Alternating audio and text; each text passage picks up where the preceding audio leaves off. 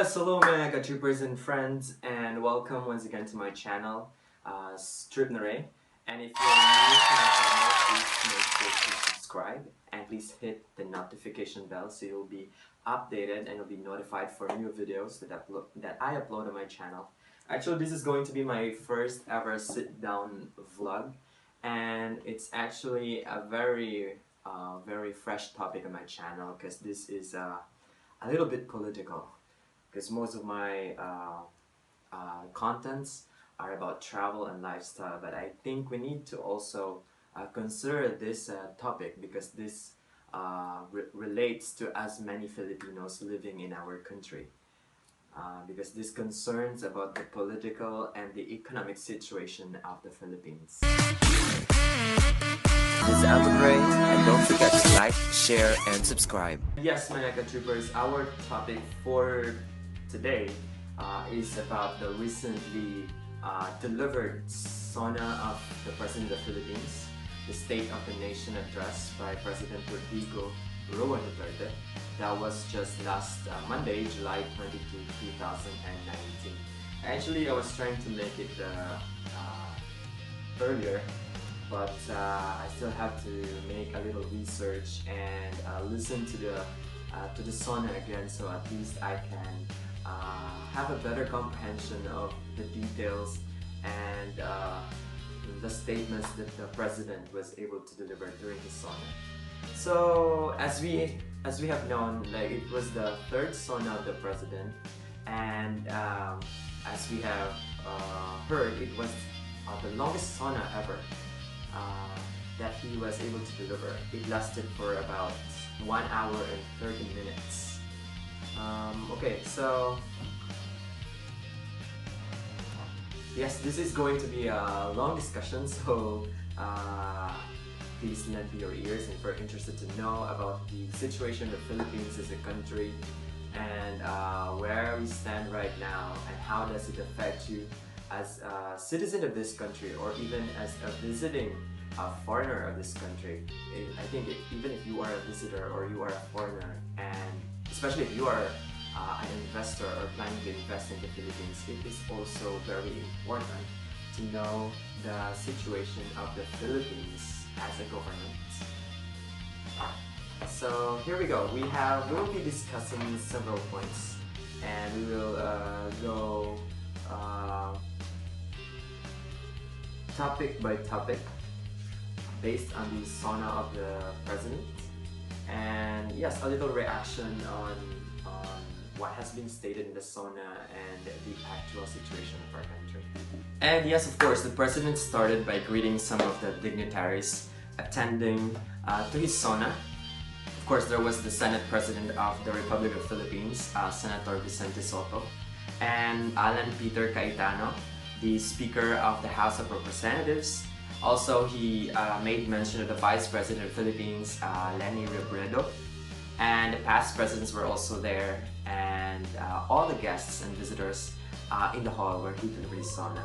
So first of all, the President made mention of his very high approval rating, and with only 3% among all the Filipinos who disapproved of his performance as the President of the Republic of the Philippines. And then he mentioned about the drug crackdown in the Philippines. His bold step to really minimize the drug proliferation in the country, and also he mentioned about the Marawi siege, which is actually geared towards stopping the drug activities in Mindanao, because some of the drug products were actually kept by these armed men in Mindanao.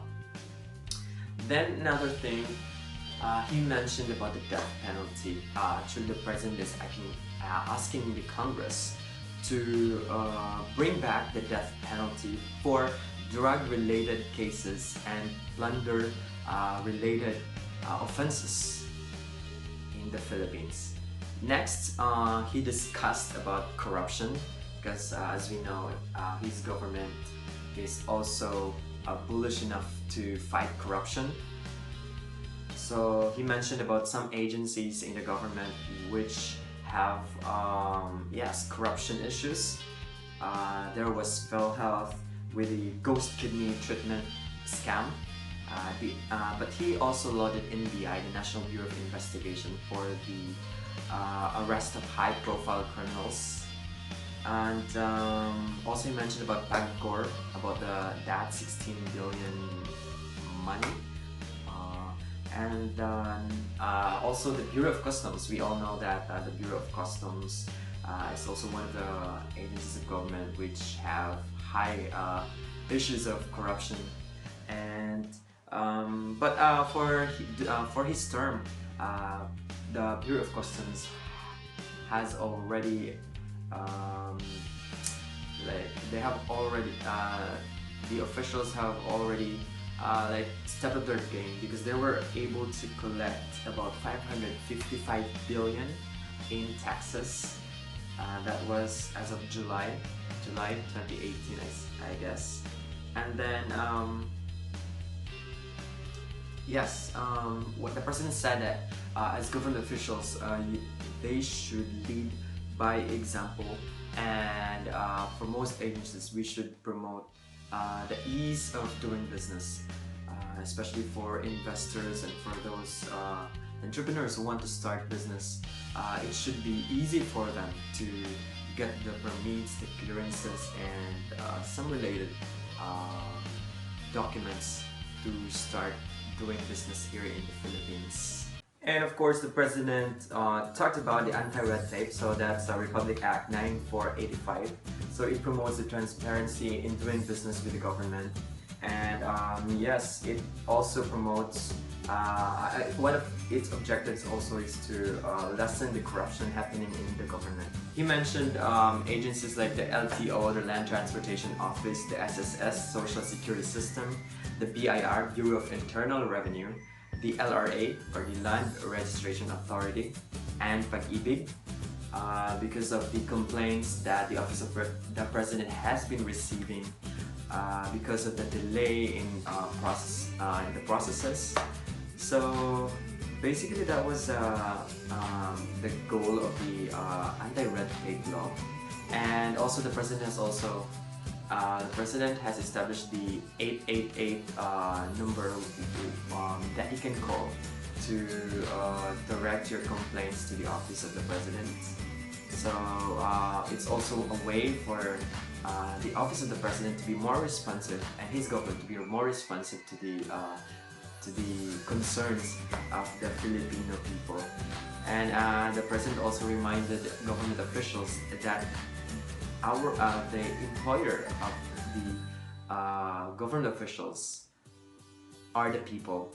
And he also reminded the public to be more assertive of our rights as ordinary Filipino citizens.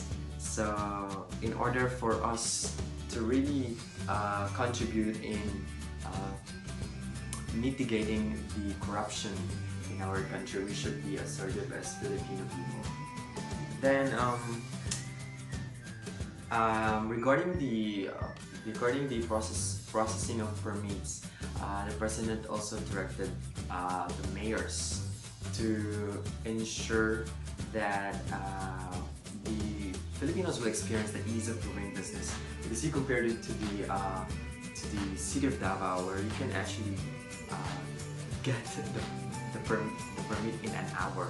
Well, I actually experienced that when I was in Davao. I was trying to accompany a friend to get something, and even if there are so many people in the city hall lining up to get something, it's really faster as compared to some of the places that I've been to, some of the LGs that I went to.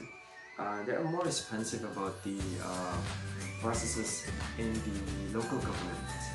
And also, he reminded mayors to really follow his directive when it comes to clearances and permits. If it doesn't really need some ocular inspection, it should be released within 1 day.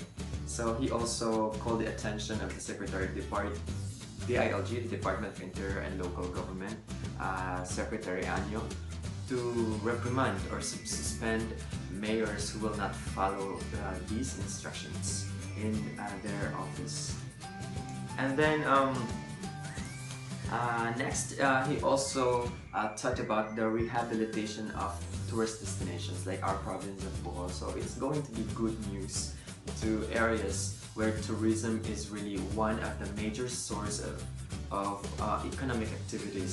And if the economy of a certain locality is very active, I'm sure it's going to give livelihood and generate jobs for the people living in that area. And one example is the closure of Boracay, and you know, the creation of the Boracay Action Plan. And it really happened last year. Like for 6 months, Boracay was cleaned and it was returned back to its, as the president says it, to its more pristine state. So he sent the Secretary of the Department of Environment and Natural Resources, DNR Secretary, Roy Aguliana Simato, who is a retired military man, and the president was telling the audience that if there are establishments who will not follow the rule in protecting the environment and who will not follow the easement rules that we have under our environmental laws, he will burn down these buildings. So there, and the president actually lauded the performance of the DNR Secretary Simato, because in 6 months time he was able to clean Boracay, and he was able to you know, somehow bring back the old Boracay where it's more clean and more pristine. Then the president talked about the telecommunication. So he also welcomed the entry of the third telco company in the Philippines, that is Dito Telecom Unity. And he suggested that the company will reach out to more consumers in the Philippines and will offer competitive prices in our for our telecommunication needs in the Philippines. Then the president talked about the Bangsamoro Organic Law. So he asked to fast track the development of the region, and also the goal of this law is to improve the life of our Muslim brothers and the indigenous people living in Mindanao.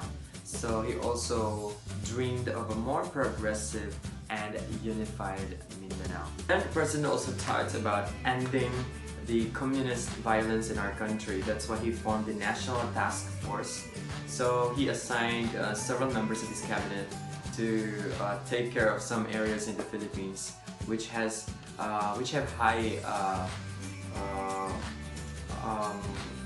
high communist activities.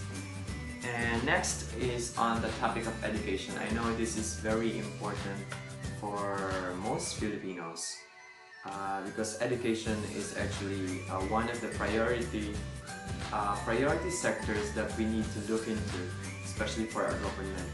And Secretary Briones, who is the current Secretary of Department of Education, was also recognized by the President because we have 27 million enrolled students. That's from kinder to senior high school.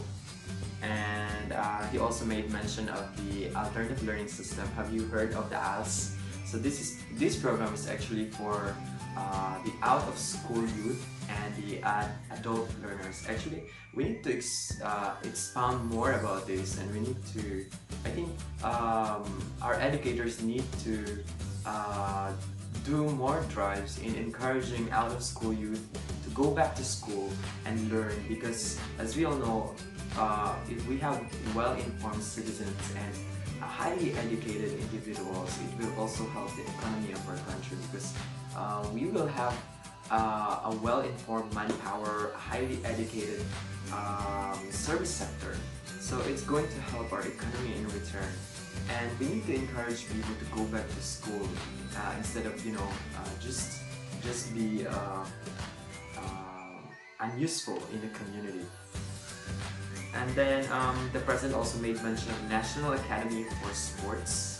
So it's good that the president is supporting people who are whose goal in life is to be excellent in the field of sports. Because I do love sports too. We need to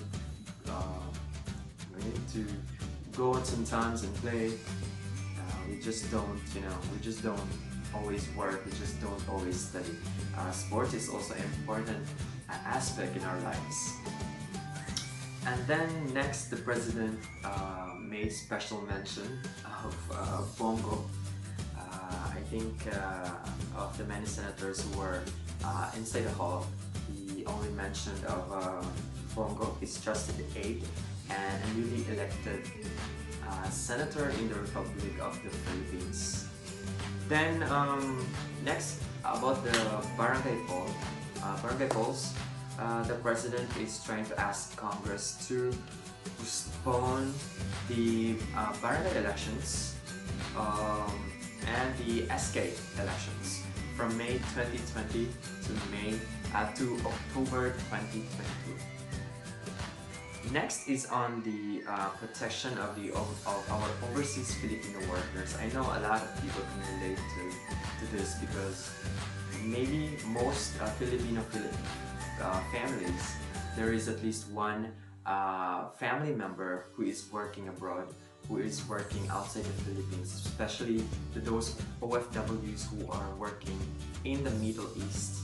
And that's why the president signed a bilateral labor agreement with Kuwait, the country Kuwait, and he also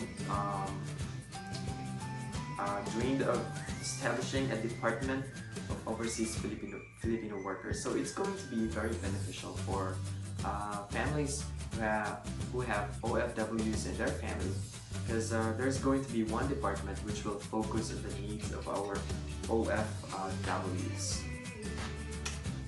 And yes, according to the president, actually the enemy is us. Because if we Filipinos don't do our part in trying to help solve the problems in our country, then it would still be the same. The status of our country would still be the same. That's why we need to also contribute in our own little ways in uplifting our lives as Filipinos and improving the state of our country, the Philippines. So as we all know, the president is fond of using similes, hyperboles, and metaphors in his speeches, and even in his State of the Nation address. So maybe you're already familiar when you're attentive in your English classes, so you might be well versed with these figures of speech. But let's dwell a little bit on the simile, hyperbole, and metaphor, just in case you don't know. First, let's talk about simile. It's actually a figure of speech involving the comparison of one thing with another thing of a different kind. And it used to make a description more emphatic or vivid. So when you say like, as brave as a lion, you're crazy like a fox. So those are examples of a simile. And then next is a hyperbole. So these are actually exaggerated statements or claims not meant to be taken literally. So wag literal. Hyperbole. So it's basically an exaggeration, an overstatement, a magnification, or an amplification. So that's a hyperbole, and some examples of a hyperbole goes like this. The whole world was staring at me. Or another one is I've been waiting for you forever. Also, my book bag weighs a ton. We also have, it was hot, so hot outside that you could fry on. It was very hot outside that you can fry an egg on the street. That's also an example of hyperbole. Then you can also find many hyperbole lines in the song of Bruno Mars, Just the Way You Are. So he said, her eyes, make the stars look like they're not shining. So this is an example of an hyperbole. So it's exaggerating an idea to make sure that he makes a point.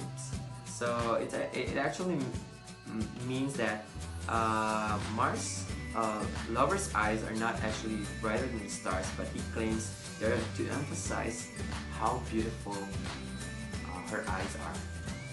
So, and then there's also one line there in the song that goes like this: when you smile, the whole world stops and stares for a while. Imagine that.